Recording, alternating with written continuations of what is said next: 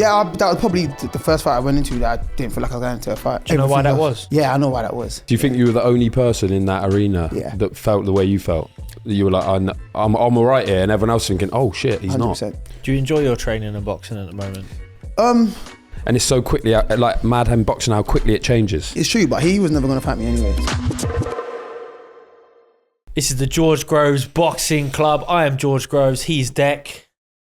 And today we are with former British middleweight champion and someone who's maybe on the comeback trail, Denzel Bentley. Denzel, thank you so much for coming on the show today, mate. You're in the club. Yeah, no, thanks for having me on. You've been on the list for a long time, don't you? Yeah. That's good. I saw you at Talks when I was like, yeah. On it, Did it? Yeah. I said, I'll get you on. He's like, yeah. And then, much time we've had. Now, we had, I don't know if you know this, we had Nathan Heaney on here. After the win. Yeah.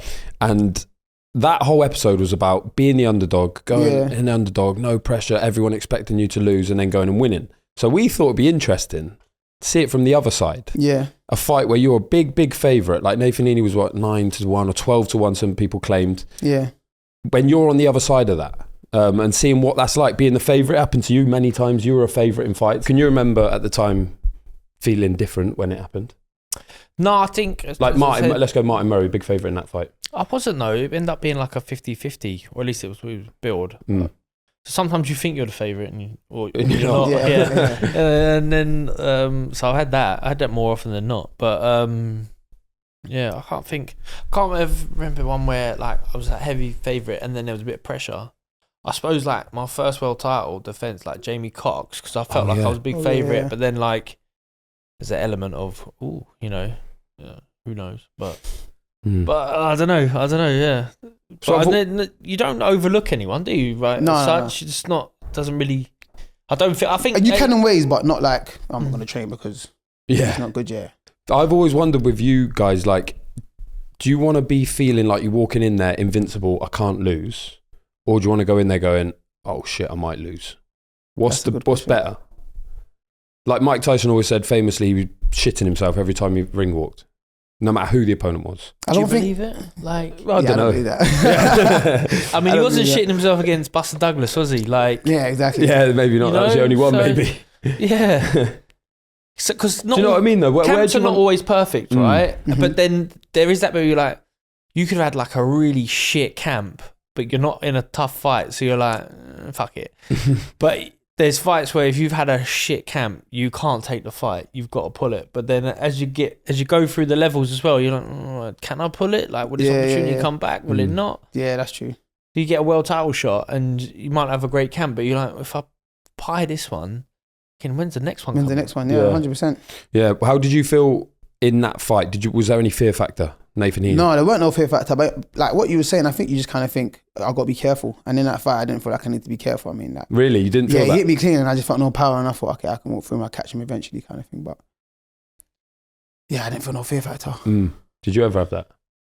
Say the first Froch fight, you'd sparred him before, hadn't you? So you knew the crack. I never really had any fear factor.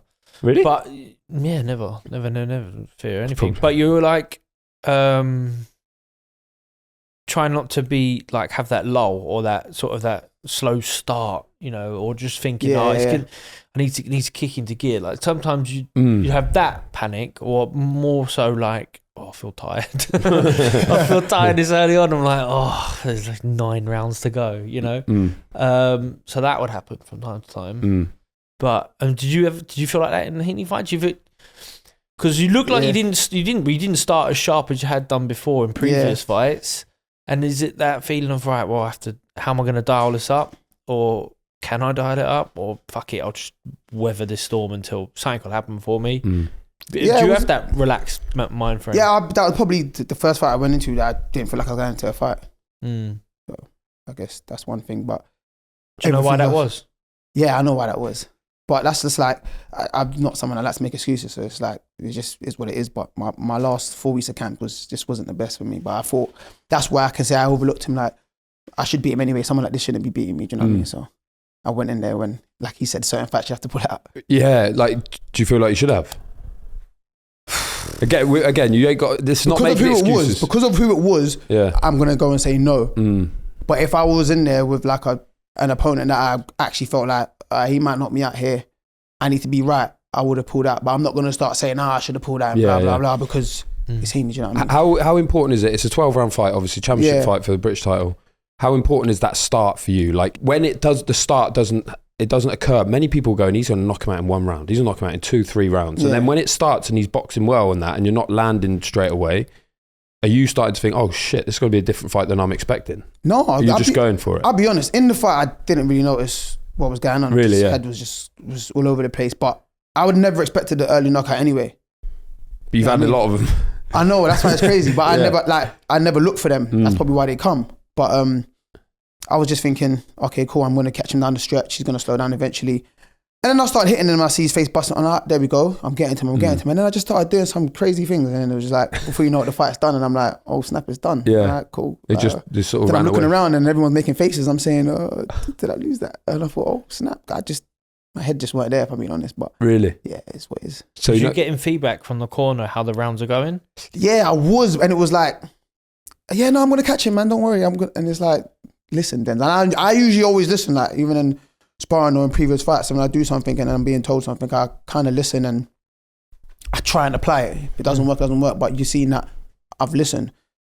In this fight, it was just like, no, surely not. He's like, listen, he's landing these little pity patters, the crowd's going mad. I'm like, yeah, the judges know what to look at though. You know what I'm saying? I'm like answering back kind of thing. And that's not usually me, but listen, what happened. So the bell goes at the end of the 12th. Do you think you've done enough? Yeah, just because I felt like he's busted up, I wasn't really hurt. And then I thought, oh yeah, I think I'd done enough here. But then when I looked around and saw everyone's faces, I was like, oh, maybe I did lose. Like, what's going on? Like, everything just felt kind of funny that day. I was like, did it? But people looking at you a bit funny. What, when you're looking out of the ring, you mean? Yeah, the fight's done. I'm looking outside the ring and everyone's like, oh. Even in between rounds, even in between rounds, yeah. And getting back to the corner, and like a couple like my cousins and my friends are like on the side where my corner is. And I'd be walking back to them and I'd be smiling like, and they're like, oi, get with it. And I'm like, no, I'm all right, man. I just not there. Yeah. Is that like just where you don't want to hear it? You don't want to see it? You don't want to sense it? No, I just didn't notice it. Yeah. I didn't notice it. I didn't feel like anything was hurting. A lot of shots I felt like landed on the gloves. Some got through. You could see that. Some got through. But it was like nothing was hurting. Nothing enough to put me on the back foot. And I'm thinking, I'm pressing it. I'm coming forward. If I step back and no one's fighting, I'm pressing it.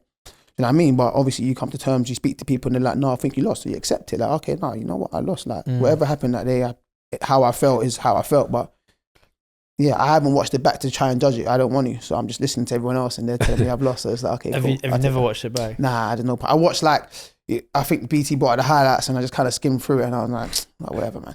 Do you think you were the only person in that arena that felt the way you felt? You were like, I'm all right here, and everyone else thinking, oh shit, he's 100%. Not. Really? 100%. Oh no. Yeah, that's not where you want to be, is it? That's not the spot you want to be. Yeah, no, I never. Like, I didn't even try to change anything in there. That's why I can think back to what I'd done and know that I didn't do anything different from what I'd done in the first round. So it was like, yeah, you probably did lose that. It's an interesting one as well, because that, just speaking to Nathan as well, it meant so much to him that night. That whole night and event, everything was like so much. He's so emotionally charged. Do you feel like it meant that much to you?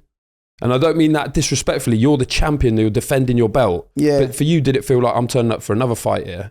And for him, it's like his World Cup final. I said, it was the only fight that I actually felt like I wasn't going into a fight. But I guess it's because of the last few weeks of my camp where it was like, my head's not there. I just wanted to be home. Do you know what I'm saying? Yeah. So it was like, but I'm just trying to overlook that. Like, come on, man. Like, you think just like, all the greats do this. Like, they go through things and they get through it. Do you know what I mean? So it's just another one of those things. And this guy could have beat me on my worst day. It just depends how I perform. It's just how I look. That's the only thing that matters in this fight is how I look. And that's the kind of mindset I went in with instead of be careful here because you could win. Yeah. I knew he was going to turn up his best. Did you? Yeah. Yeah. Just because of what was on the line. Occasion, just put it like when I went to go fight Janabek. There's no way I'm turning up anything less than my best, even though I didn't get a whole full camp because I got that news when I was about to fight Morrison. But it's like I'm gonna make sure with whatever time I got, I'm in the best shape I can be in. So I'm seeing it as him like he's gonna be his best, but how good is his best? Not enough to beat me. Even on your bad day. Even on my bad day. Yeah. That's the kind of mindset I went in with. I didn't go in there thinking, I'm at my best, I'm going to smash him.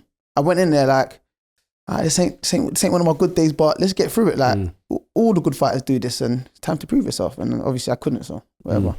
You had that at all? Can you remember ring walks where you're like, I'm not really on it here? Yeah, I had ring walks where I didn't really fancy it. I remember the fight with Badou Jack, like, I just felt a bit like homesick, had been away from like a WBC title in Vegas. WBC in Vegas, but like, it's... yeah, as the fighter, you wasn't really getting the excitement of it, to be fair. Do you know what I mean? You're fighting, world title fight in Vegas, but you're just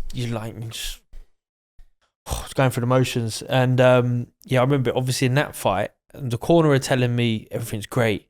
And then at the end of the fight, I'm listening to them because I think I wasn't really assessing the rounds. I was just, they're saying nice things. This is nice. Like, you know what I mean? Like, and I never asked, like, am I winning? Like, because I thought if the camera catches that, it just looks like you're a bit worried about it. So I assumed, like, they'll just tell me if I'm losing. But I think the rounds were a lot closer. The fight was a lot closer than than I realised it was. I thought I'd won the fight finish and shoot my hand up and that. And I look out at, like, the front row, and I could tell, like, by their faces, I was like, oh shit. I was like, this is not what I thought it was. And then, like, Calla Saulen's like, you know, Calla can't hide his face, you know. You were the favourite as well in that, I remember. Yeah, I was a favourite, I think, because no one really knew about Badou Jack. Yeah.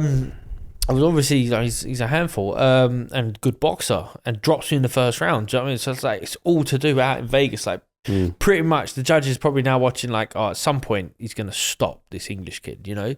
He does, and it goes distance. I think one judge has me winning, but it's a split. But yeah, when they read the scorecards out, I'm like, I ain't gonna win. It's like, shit. What? So that was dawning on you as they're doing when they went scores? Before the scores, I was thinking, I've lost. Looking at, if this is tight, shit. I'm not gonna win. Yeah. And then when I realised it was a split, I was like, I might get this. And then the third card was wide, and I was like, oh, that's him. And then he gets it. I was like, oh shit, I fucking blown it. I blew it. Like, but yeah, and I think, I suppose you got a bit of fear factor. Like, that was probably the most fear factor I had. Like, the ring walk, I just didn't quite feel quite right.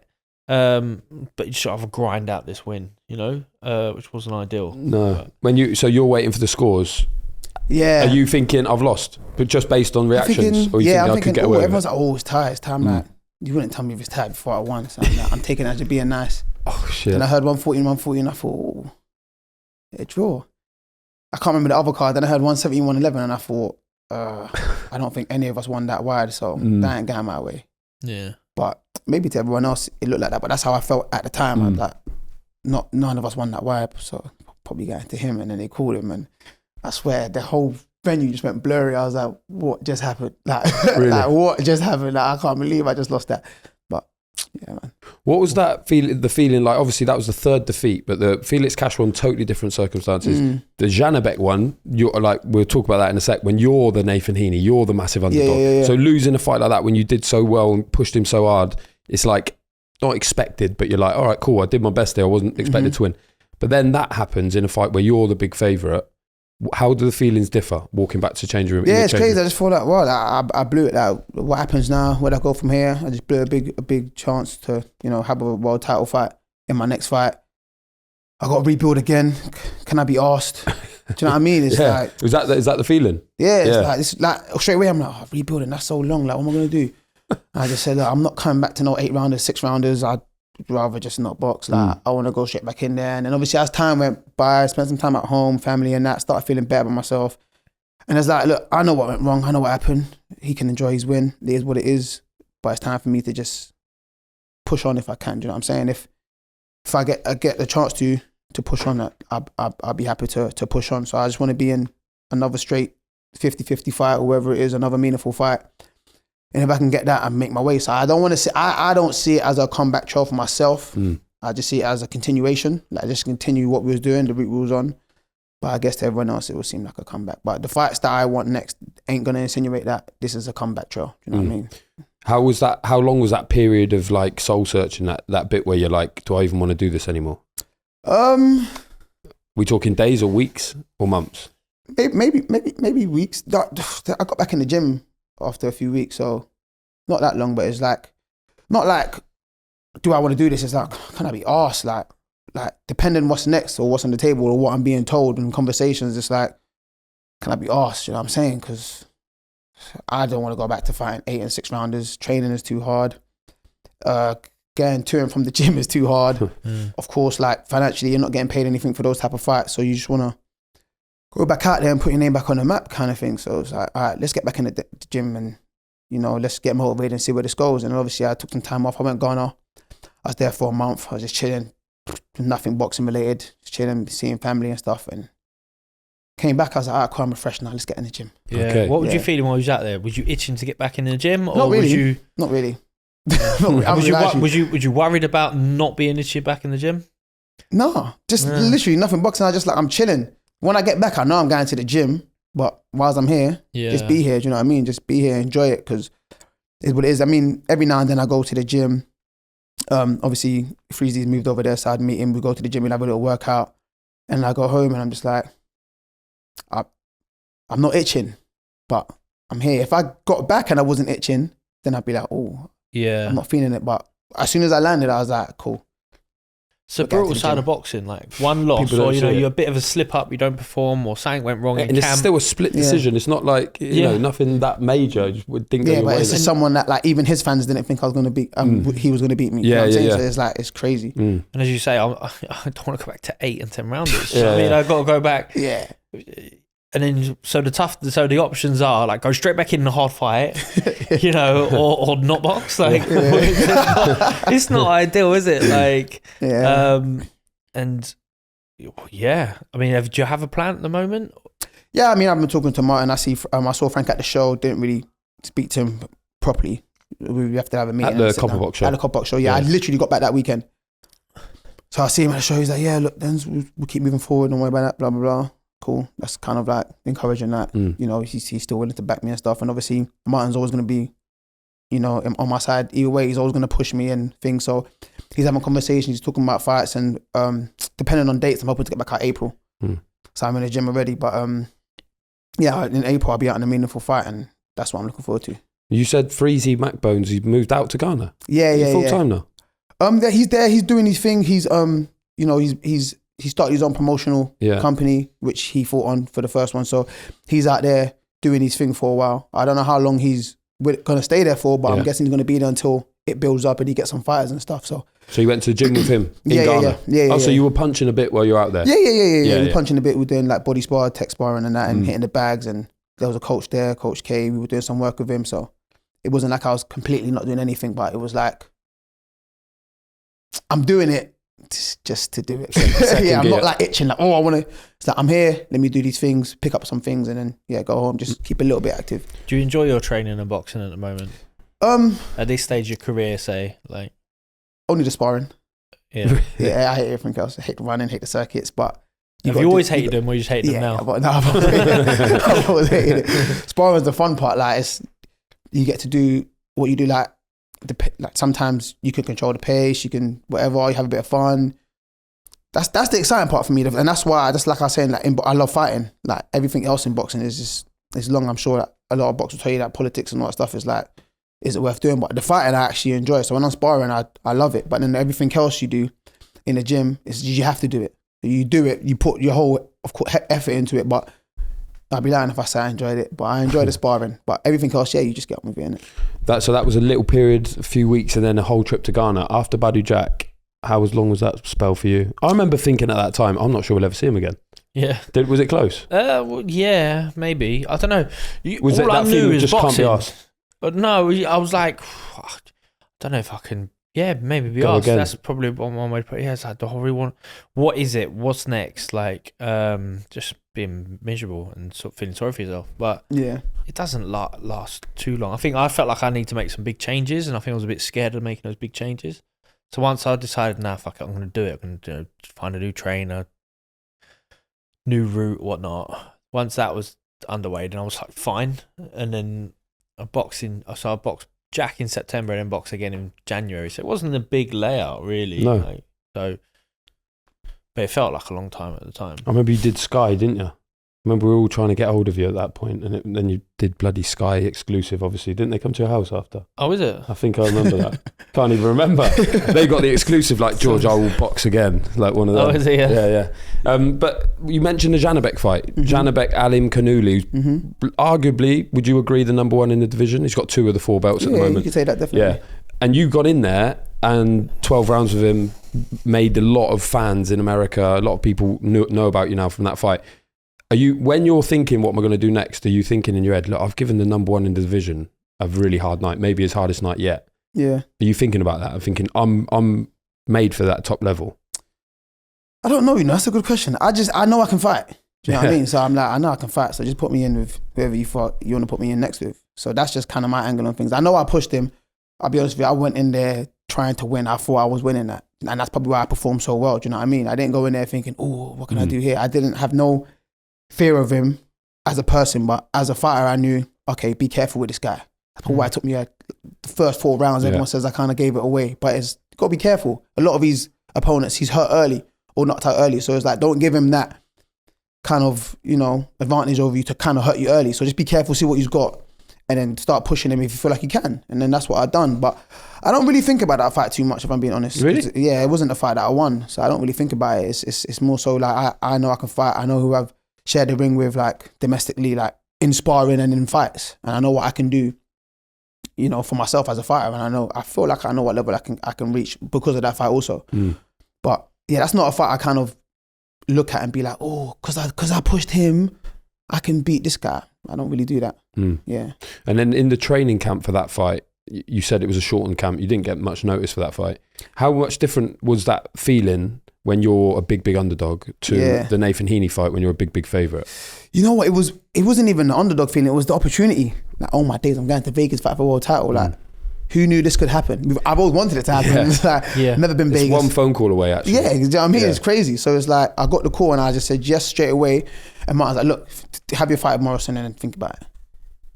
And then like, for one reason or another, I was like, yeah, you know what, maybe not.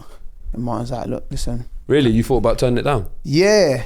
Because I couldn't go out there with my full team. Yeah. I thought I'm not going out there without the full team. Like, it don't make no sense. I'm selling myself short. Like, look, listen, it's your life's opportunity. You could do it. You're ready. I was like, all right, cool. You know what? Look, let's do it. Let's go. Went over there. I went there like 3 weeks early. Done all my training here. So I had about 6 weeks after the Morrison fight to get ready. So I done 3 weeks here, 3 weeks in Vegas. Went out there to Vegas, didn't spar for the first week, just done loads of running and getting used to the weather and the time and all that stuff. But as soon as I landed, I was so excited, I was good. Yeah. The next day I went for a run. Yeah. And like, no, I take the weekend off. I'm like, no, I'm on it. I'm good. Don't let me slow down. Don't let me get relaxed. And I went and was out there. I was trained out of Fred Mervis gym. Coach Bullet was there. He brought some guys over for me to spar. And I done my last week of sparring with them. And I just felt in good shape. I just felt fit. I was in shape. Felt good. I was excited. Like everything just felt like it was aligning. And I thought, oh yeah, this is my time now. Do you know what I mean? Like let's go out there and do it. The whole team was good. Everyone was on point. And yeah, you went out there and I done my best. Had you been to Vegas before? No, never. It's the first time. Yeah, in Vegas. first time. Yeah. So the first time the first night we landed, we just went on a tour. Yeah. yeah. We just was that a bar crawl? No. We just went $50. Yeah. We just went look at every hotel, cutting through hotels, Caesar's Palace, MGM, like the Mandalay Bay. We just walked everywhere, and then we got tired. Hit like 3 a.m. I was like, cool. Yeah. What was your step count then? Yeah, always mad. Yeah. But then got some sleep. But that probably helped with my time adjustment, because when we went to bed so late, I woke up and it was like 7. Yeah, and now I'm that's the key, innit? You got to sleep long that first night. Yeah. Otherwise, if you're waking up at 3, you're in trouble for the whole week. But I didn't go to bed till 3 a.m. and then woke up. So how far away was that from the fight? When did you get out there? About 3 weeks. Oh, 3 weeks. Okay, so you had loads of time. Yeah, loads of time. Did you enjoy it? Did you enjoy that whole experience? I did. It was. I think back on it and I enjoyed it. And then fight week, the whole family came out. So there's like 30 of them, like family, siblings, mom, dad, cousins, friends, and then I spent an extra day out there with them, and I enjoyed it, man. It's one of them ones where, like, you look at your snap and memories come up. It's like, yeah, that was a good time. It's a magical time. You fought for a world title in Vegas, and also, like you say, your family, 30 of them came out there. I'm sure you got great support, but they've had the chance to go and watch you fight in Vegas. Yeah. Do you know what I mean? Like there's at least one of your family member when you first started boxing said, and when you fight in Vegas for a world title, I'm coming. The amount of friends and family I had that I said, oh, you was there? Of course I was there. In Vegas. I was like, oh, cool. That's amazing. Do you even, both of you, like, does it even occur to you when you're there, or are you so heavily entrenched in like what's happening, do you have a second to be like, fucking hell, I'm in Las Vegas fighting for a world title? Didn't want. That's like what the thing you've always dreamt of. Yeah, no, that's what I didn't want. You didn't even want it to occur to you. When the billboards came out and I was like, oh snap, this is so sick. But no, get back to work. Yeah, you know what I mean? And then I went into they do these fighter meetings in America. So I went out there and then they kept trying to make me feel like it's an honor just to fly out here. And I'm like, no, I've still got a job to do. Do you know what I mean? Like when I win, I'll soak it up and tell you how much I enjoy it. But right now, I ain't got time for that. Like, I'm trying to lock in. Don't try and make me get excited by the occasion. Do you know what I mean? But yeah, no, it was good. They, you know, you might see it slightly different because you might be like, we go out there and we're all in one place, like a hub for things. But exactly Vegas, as a fighter, like Vegas just seems vast to me because, like, obviously these hotels are so big. Like, you've got to go to like the press conference. You're like, it could be a 15-minute walk from the room. So you're like, and you're trying to save energy. And so everything feels grand, like you don't want it like get sucked into the grandness of fighting in Vegas. So that was quite hard for me. You know, be like, you're like, well, where are we going? And they've like a limo, like they're not even nice limos, but Vegas got like hundreds of limos, and they'll be like, they'll take you round the block. Yeah. And you just so you could do a grand arrival. Like, I'm coming to the same hotel. It took 10 minutes to drive around the hotel, and you get out and say wave, and that. We was like part of the Mayweather week, so that was big. Yeah. Like, where are we going? Would have been Badou. Yeah, Badou. Yeah, it was the last one. Yeah, or at the time. So yeah, it wasn't as big as the Pacquiao one. Like, no, that must have been massive. But that, for us as journalists, we're in. I don't even see daylight in Vegas in the day, like at all, because you're just in that fucking room. It's hard to see at night. So, yeah, it's true. It's not. There's no daylight at night either. We just sat there. People come in. No, don't go anywhere. It's literally that big. Yeah. But for you, like having to mill around the whole place. Did you fight at MGM? No, we fought at Palms Casino. Oh yeah. But we didn't stay in. No, we didn't stay there. We stayed in a hotel with no casino. Nice. Yeah. Off the strip. Yeah, off the strip. Yeah. Which one of the teams got a gambling habit? No, because someone told us that. Has anyone seen Bentley? Is that the Tamers again? I was after the fight. But no, someone told us that they pump like gas into the room, so you can't really sleep. And That's what O'Hara Davis said that. Yeah. So when we heard that, I was like, okay, cool. So we don't want to stay in whatever hotel they want us to stay in, especially when we're going early. We're going to pick a hotel near because 3 weeks with gas being pumped in. Yeah, because they want to keep you awake. Yeah, exactly. So you can gamble and stuff. So we stayed off the strip in the hotel with no casino. It's clever. Very clever. And you slept, and straight away you slept the first night right away through. Yeah, so you got it right. What was Mayweather gym sparring like? Was it doghouse sparring? No. They locked off the gym for me. So it was like, they're like, look, if you don't want no one here, we take everyone out. And I was like, oh, this is sick. You know what I mean? Like, I watched the shit on YouTube, like, you know what I'm saying? Like, now I'm here, like, doing workouts and sparring and stuff. So they locked it off and stuff. But of course, their corner are always loud. So like Coach Bullet, and they're shouting like, oh, do this, do that. But there wasn't like a whole environment of fighters. So we'd come in when everyone's leaving. So we trained later in the evening because obviously that's when the fight was going to be. So yeah. And the sparring he got for you? Yeah, it was decent. They were two lighter boys, but they were decent. It was actually good. They gave me the rounds I needed. Are they trying to make an impression? Not really. Well, maybe actually. Maybe because it's like this guy's fighting for world title, so give him your best work. But it was nice, sharp work. Because they were a bit lighter, I didn't use my weight as an advantage. I'm just trying to match them for speed and stuff. So but it was good, man. It was good, yeah. Any hacks in Vegas like that you found out for fight week, like cryo chambers, ice baths, like desert walks, anything like that? Share for the next. No, I'll be honest, I'm not really interested in all that stuff. I heard it's all good. I've tried it here and there, but I'm not a fan of the cold. Yeah, so like cryo chambers, ice baths. I'm like, If I'm alright about it, I'm alright about it. You know, in Vegas you can get the drips put in. I mean, you can't because it's illegal when you're boxing, but if you got a hangover, you can go and get like a drip to sort you out. Yeah, it costs about $100 though. But you're like, fuck, just do it. I'm back of it. Yeah, they had an oxygen bar at where was it? I think it was. It was outside the Coyote Ugly bar. No, it's just like a tube up the nose. Oh my God. Might have been New York.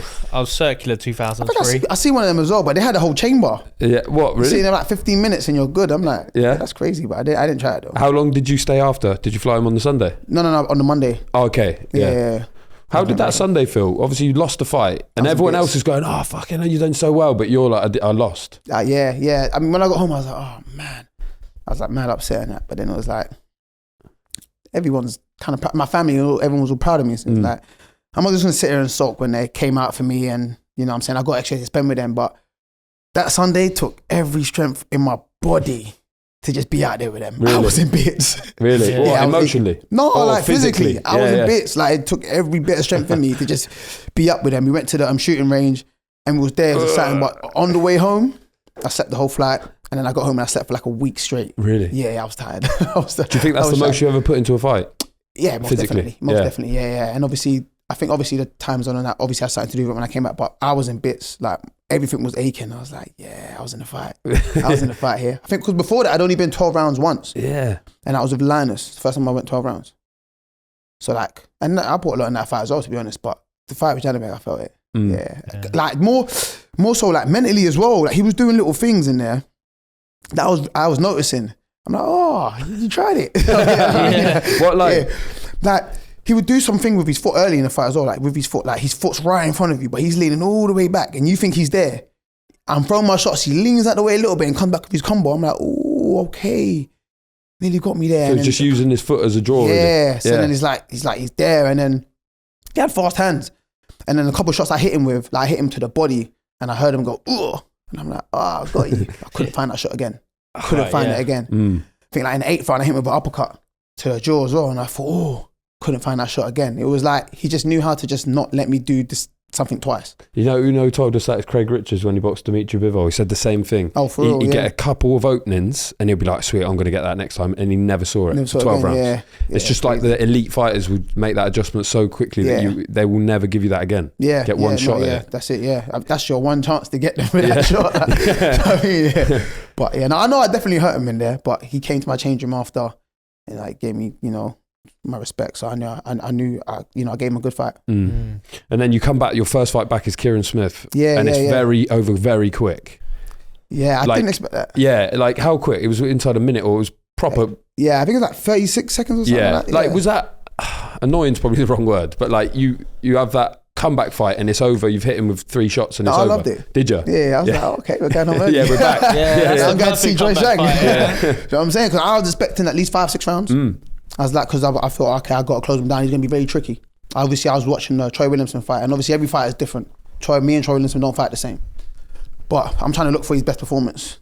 And he hasn't really boxed anyone of that standards to Troy Williamson. So I can't really take what he's doing to these other fighters because he's coming forward, he's letting his hands go. But against Troy, he wasn't. I'm like, okay, this is probably how he's going to box me. He's going to probably try and make me look silly. He's going to make me have to work for what shots I need to get off. That's what I kind of expected. So that's why when I came out, I kind of stepped to him and then stepped back, like trying to draw him instead of chasing. Trying to step back. And then I let him throw his shots. I felt on the glove and I was like, okay, he ain't really got no power. I can step to him. And I threw a right hand and I missed. But as he's overreached the counter me, I've quickly come over left hook. And then I see him wobble and I thought, oh, I got you. So I just kind of like feinted went to the body with the right and I came up and hit him with that right hook. And I thought, I didn't think it was going to go over like that. But when he went, I was like, oh, snap. All right, cool, it's gone. Yeah.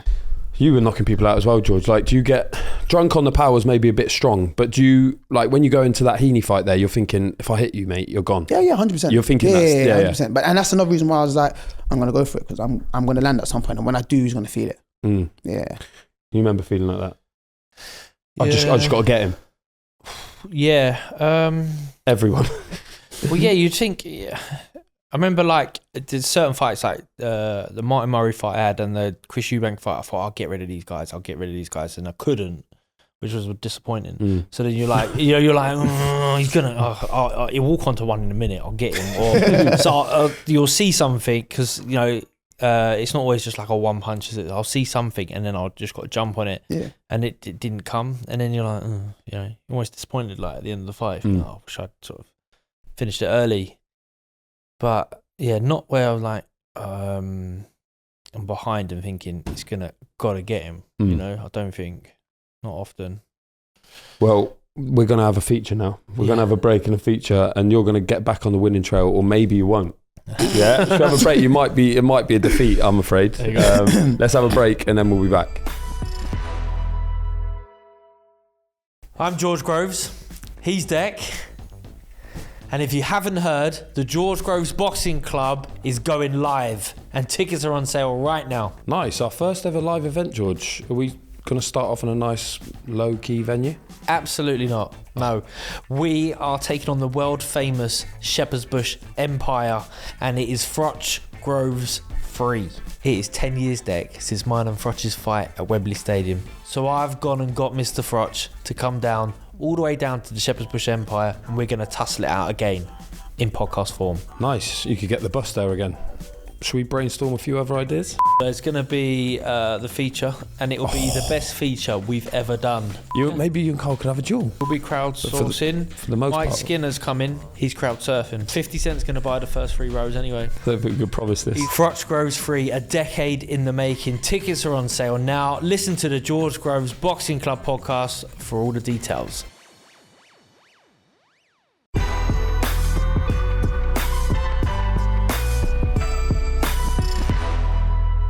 Right, we're back. Right, let's go. So each week we have a feature with our guest, Denzel. Today you are a guest, and today you are doing the feature. So the feature is a quiz. You up for the quiz? Yeah, let's go. Let's do it. Right. So name of the quiz is, it's unnamed actually. Is it? I didn't know. Yeah, so I was trying. Live through a dens. Yeah, but your alias is Too Sharp. Yeah. Yeah. Which I like. Yeah. So we went with Too Sharp quiz. Yeah. Boxing related. It's not even a pun.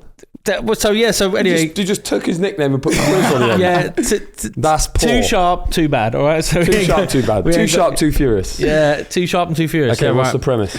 So I've just got a few questions here about boxing related questions. Cool. With a sort of a link to sharp. Oh my god. Things that are sharp. You Oh love my it. god. Right. I can already see Chris do you wanna go? Smith on his phone complaining about this, writing a So message. do you want to go Is it first me or against second? Denzel? Yeah, you beat Denzel. Okay.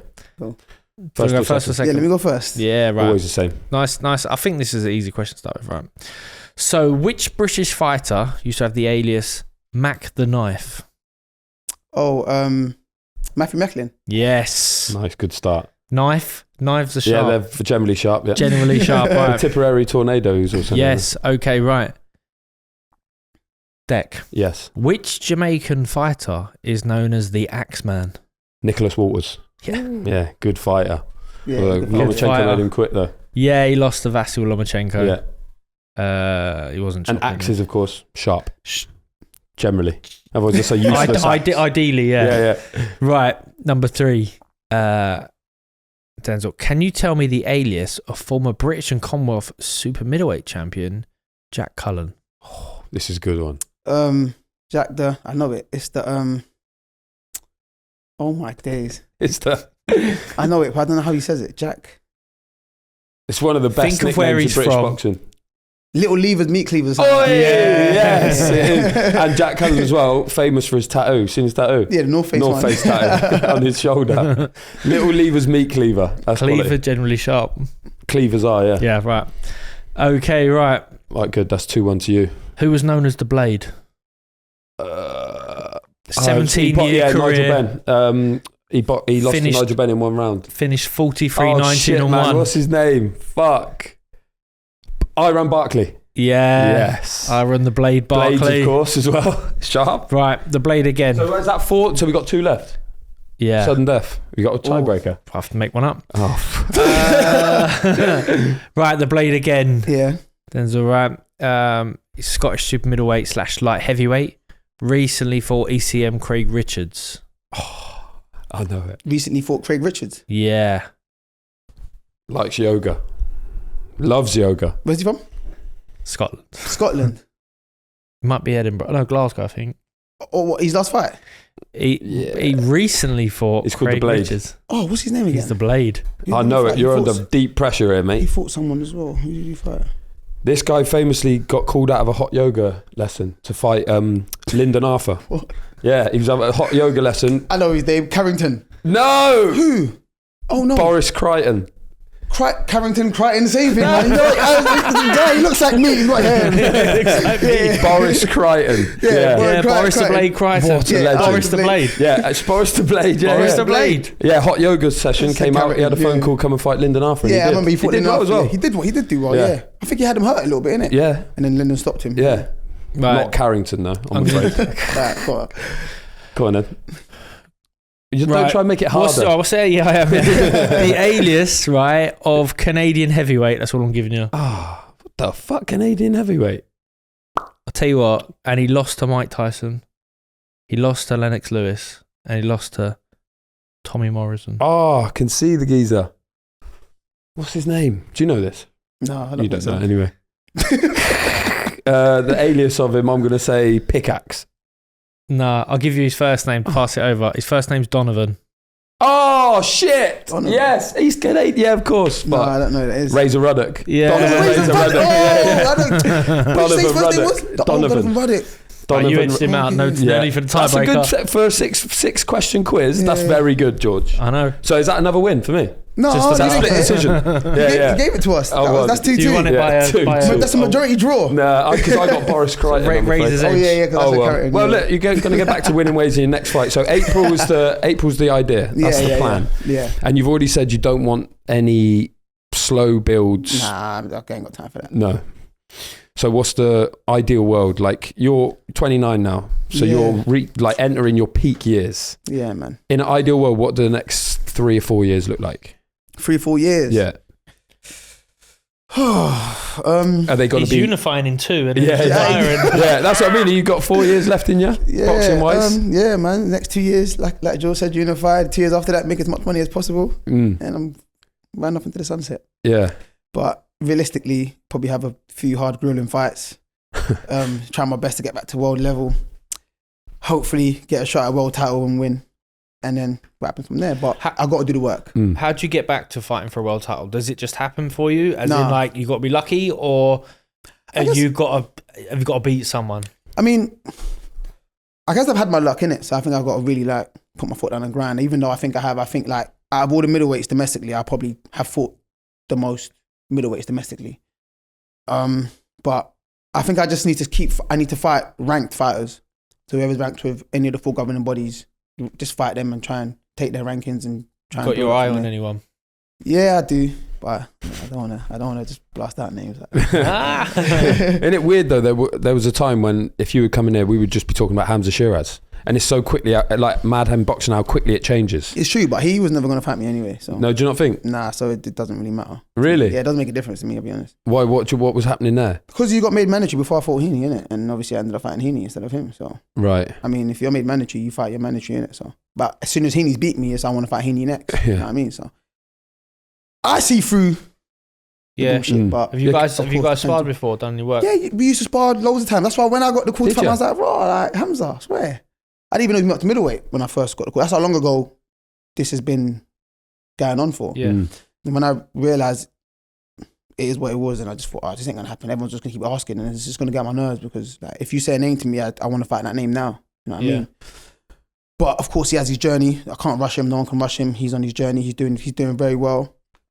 So there's no like bad blood or jealousy or whatever. It's like you're doing your thing. But to everyone else asking me, it's annoying that you're asking me because I know it's not going to happen anytime soon, or wasn't going to happen anytime soon. And now it's even further away from that. So it's like it's not something I'm chasing or anything, but this is what it is. Because it was constant for you and for him, just talking about each other. Yeah, exactly. Yeah, but it was generated into a proper rivalry though. Yeah, and that's probably and people were interested in it. People were interested, and that's probably the only reason why it would have happened if it would have made mad sense, like a world title eliminator or one of us won a world title and defended against the other. That I don't think it was going to happen at British level. But if they called you next week and said, "Do you want Shiraz for just a fight?" He's like, that makes a lot of sense for you, I suppose. Yeah, like I said, I actually genuinely enjoy fighting, innit? I enjoy fighting. So like anytime you put a name to me, I'm like, oh, that'll be a good fight. I like fights that seem like a good fight to me. Do you know what I'm saying? I don't just pick guys and be like, oh, that's an easy win and blah blah blah. You know what I mean? I mean, like, yeah, I generally like good fights. It's a mad division as well because we mentioned Janabek, but really it's kind of wide open because we don't really know what Jamal Charlo's doing. Yeah. He's still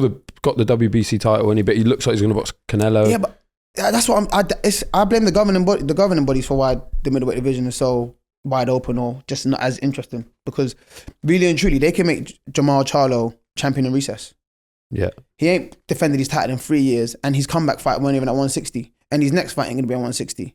So you either ship him or make him champion in recess. Whoever wins it, Charlo gets first digs on them if he wants it. Yeah. They don't want to do that. I get it. You want to give him time with his mental health and stuff like that, and that's very fair. But there's other champions that's been away for less, and you've given them champion in recess, and you're keeping the belts active.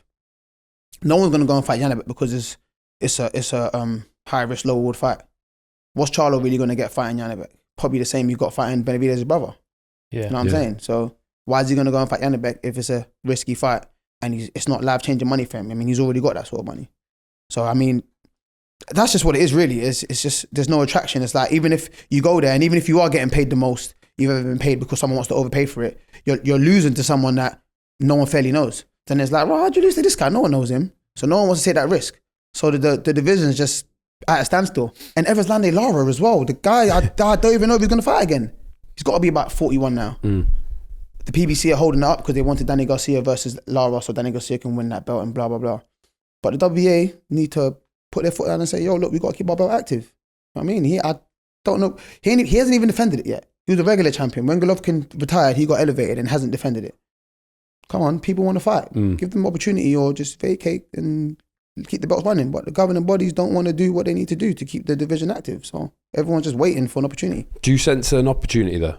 Do you think it's round the corner or do you think it's just a mess? Nah, it's further away now. It's not round the corner. It was round the corner, but not anymore. But it is what it is. And like I said, I got to work my way back up in it and I'm willing to do that. And if I can get there, it makes the story sweeter. So let's just hope and pray I can get there. Yeah. You know all about them sanctioning bodies, what they're up to. Well, you do and you don't. Like, you just don't know what's going on sometimes, and stuff don't always make sense. But usually there is a reason, I'm sure. But you're right. Champion in recess makes a lot of sense. I think. Yeah. He might not never be a middleweight ever again. Exactly, and you're making him hold the belt. He has no intentions of defending it. He hasn't called out a middleweight yet. Do you know what I mean? It's just crazy. But I don't know what sort of relationship they have with him, but we all got to wait, innit? Yeah. How long do you think you've got a middleweight? I don't know, man. I'll be honest. Really? Yeah. I mean, I always kind of like make weight like fairly easy because when I'm in camp. I do everything that I do it correctly, apart from the last one. But I don't know, man. I wouldn't like to move up without winning a world title. So I'd like to try my best to win a world title. God willing, that can happen for me, and then I'll move up to a super middle and see what I can do there. But super middleweights are getting bigger nowadays, man. I mean, Benavidez. Yeah, he's massive. I mean, he needs to. Well, I guess he's still young, isn't it? What, 25, 26. So in a couple of years, his body will just grow into a light heavy. But yeah, when all them bigger ones move up, I might not do. Do you think Hamza Shiraz will win a world title? Do you think the pair of you are going to be world champions? I think he can. The way he's being guided and moved. I mean, the way he's being guided, I think he can. Yeah, I think he can. Yeah, I think he'll get the chance to anyway. He'll get the chance to, and then it's up to him to perform, just like anything. I mean, no one's going to be handed a world title. He's got that WBC silver title, meaning he can call that mandatory whenever he wants, or for the interim title, which is Southpaw guy, Dominican. What's his name again? WBC. Yeah, interim champion, Dominican guy. He just beat J-Rock Williams in the last fight. Oh shit! Yeah, what's his name? Yeah, but him. Yeah. What, you can call him? I'm saying he's the interim champion. Hamza's silver champion. Yeah. So they can call that and try and make it for the WBC and make him champion in recess. Yeah. All it is a bit of contacting whoever's in charge, and if you can make it happen, you can make it happen, innit? But I don't think they'll go for that. It's a bit too dangerous. So he's just going to wait until he sees what's happening up there and do his thing. So if you're back in April, then win that fight back in a good opponent, then how quickly do you want to be out? And how quickly, like how far away do you think you're off those conversations? I like staying active, so I'd like to be out, then another 3 months after that. Okay. I don't really like being in the gym with nothing there. I think you can go stale. You can just end up just being in the gym and you're repeating things, and it's like I'm getting bored now. So if I'm not active in the next 3 months after that, I'd probably take some time off and then come again. I feel like it's good to refresh every now and then, instead of just like staying in the gym, because it's hard. Like no matter what you're doing in the gym, it's hard. You're always going to be putting in some sort of work. So I'm going to give your body that kind of time to recover, and I'm aging, so can't take too much punishment no more. Well, there's been a habit on this show, Denzel, of people telling us what they want next, and it just magically. I'm not sure it's a habit. I think it's a promise. A promise. Yeah. Oh, that's good. So you can call out whatever whatever you want want. now. It's going to happen. You speak it into existence on the show. Yeah. So tell us the fight. John you want Ryder told next. us he wants to fight Canelo in Mexico. Within months, he's fighting Canelo in for Mexico. real? Yeah. Oh, that's sick. So whatever you want to do. Yeah. Ellie Scottney came on, said I want to unify. She's got a unification in a couple of months. Oh, for real? So what do you want? I want a world title. Okay. I want another world title shot. I just be realistic. I know, like, I've got to build my way back up, and I understand that. Like you lot said, the fight of Hamza's nice. If I can get Hamza in Saudi, that'd be good. That'd be good. I mean, even in the UK, it'll be big, but Hamza in Saudi would be nice. For a vacant WBC world title. Yeah. Yeah. Jamal Charlo's title. Yeah, that'd be champion good, in recess. You fight the winner. Yeah. Have you looked at Roots? Have you looked at them sanctioning bodies? Yeah, Been I was. That's the one I want. That's the one. I was, but no, not right now. No. I was at first though. Like, this is gonna be open. And at one point, I wanted to fight Lara. I think after I fought Janabek, I'm like, he's still a southpaw. I can just still carry on with that southpaw training. But it's like, how do you get through to Lara? Can you bring him to the UK? Probably not. I'll have to go back out there. Is it worth him fighting? They got other plans. You know what I'm saying? So it's all wishful thinking. But unfortunately, the game don't work like that. It's it's who you are and who you know and stuff. It's not like, I want to fight this guy and that guy's on it. I mean, yeah. So world title, we got that in. We can do that, can't we? We can do that. We can manage that. Absolutely. We've done worse. Yeah, in London. Yeah, we'll do it in London, no, not in Saudi. Okay. All right. I mean, I heard they're lifting the alcohol Sweden. ban, so you know what I mean. Are they? Yeah. Is that true? Yeah, I heard that. That's what I saw. Said after 72 years of not. Yeah, it's an interesting one. That. Whenever I'm in Saudi, I walk around going, I like it that there's no alcohol here because no one's drunk. Right. You don't get any knobs. To be honest. That's a good point. Yeah, it's got. I don't know. point. That's weird. It's 72 years the ban. Yeah, I saw it somewhere and I thought, this is real. But yeah, I mean, I went Saudi for the last one and I thought, right, this is actually nice. Yeah, did you like it? Yeah, I liked it. I'm probably because I got good seats and superstars every second. So Yeah. What I mean, like, was that for the Fury and Ngannou? No, for the AJ and Thing and Wilder and Parker. Oh yeah. Oh sorry, Day of Reckoning one. Yeah. Day of Reckoning. That's it. Yeah. Oh yeah, that was a Ellis crazy was on card. that card. So Of course, yeah. yeah, I went to support him. Yeah. Yeah. Oh yeah, no, it was nice. So you got your eye on Saudi. You got Yeah, the promoter it'd be for it, nice. didn't you? Yeah, that's true. I mean, like, as an amateur, I didn't get to travel the world or even the country to box. So I'd like to experience that as a pro. You know what I mean, everyone's talked about they boxed here and there and here and there, and I ain't boxed nowhere. Well, you were the Or first. Vegas. You were the first man to defend the world title in Saudi, so Yeah. you could pull a few strings. trendsetter. You're trendsetter, Yeah. trailblazer. Yeah. Vegas was better. I don't want to blow your dream, No, but yeah. Atmosphere-wise, I can understand that. I mean, even in Vegas, I mean, I didn't fight in the biggest venue. It was in Palms Casino. Probably held about 2,500 people, but it feels crazy. Yeah. Okay, Saudi or anywhere world title, that's fine. We'll do that. I'll make a note of that. Done. Well done, cheers, do you know what we do need though? Yeah, we Last need bit. Last bit. So we ask every guest, Denzel, to give us our ring walk track, your ring walk track, that we can add to our playlist on Spotify. It can be one that you've had before, one that you've got plans for the future, as long as it's good. To be honest, we put any old shit on there, so you can say whatever you want. We've never turned one down. No, yeah, we don't. It's your track. It could be a song that means something to you. It don't have to be a ring walk tune. I But change it all the time. I mean, It's for our listeners, and when your track hits, they visualize you ring walking. and to they're the on ring, the and they just treadmill or wanna be something, you. and they're running fast or slow, let me think about this. or they're walking about. Treadmill. I mean, ring walk. Maybe they're setting up for the heaviest deadlift they've ever done, and then this tune comes on, and it's the Denzel Bentley tune, and they're like, I'm gonna go with Pot of Paper, Midnight in Ilford Lane. nice. That's not a ring walk tune though, but that's like That's a tune. when I'm running and that comes on, I go faster. We definitely ain't got any pot of Yeah, paper yeah. on there yet. Yeah, We Pot of haven't- Paper. Midnight actually, in Training Ilford Day Lane. might be on there. I think someone put that on. Oh yeah. It's a tune. Okay, yeah. No, Midnight in Ilford Lane. That's what I'm Okay, gonna go with. but it's not your you wouldn't ring walk to it. No, it's a bit too not slow, but it's just pure rap. There's no yeah. ring walk vibe. The last ring walk I came out to was pretty aggressive. That was J Hus featuring CB. I forgot what it was called, but it was pretty aggressive. So yeah, either that or Pot of Paper. No, we'll put the pot of paper on there. Yeah. All right, lovely. Well, that's all Perfect. that sewn up. Yes. We've got Denzel Bentley. It's a shame about the quiz, mate. Sorry, but maybe next time. You might have to change your name. You're not too sharp anymore. Just sharp. Just sharp. Just sharp enough. Yeah, wicked, mate. Thanks for coming on. You're in the club. thank you. Denzel Bentley, Yeah. back in business. Cheers, mate. Thanks.